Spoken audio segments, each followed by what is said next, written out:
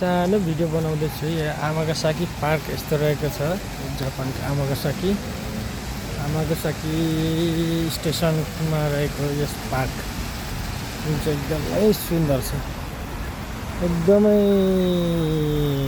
सुन्दर, एकदमै राम्रो, एकदमै हरियाली, एकदमै राम्रो छ यो पार्क।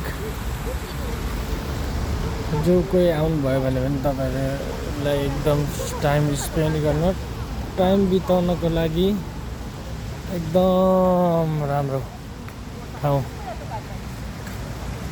होइन त।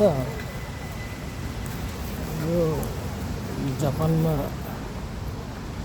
कुनै पनि नराम्रो कुरा छैन, सबै राम्रो छ।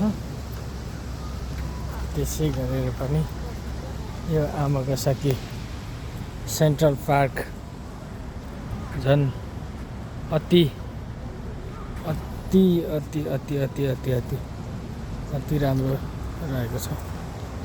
आमागासाकी सेन्ट्रल पार्क इन जापान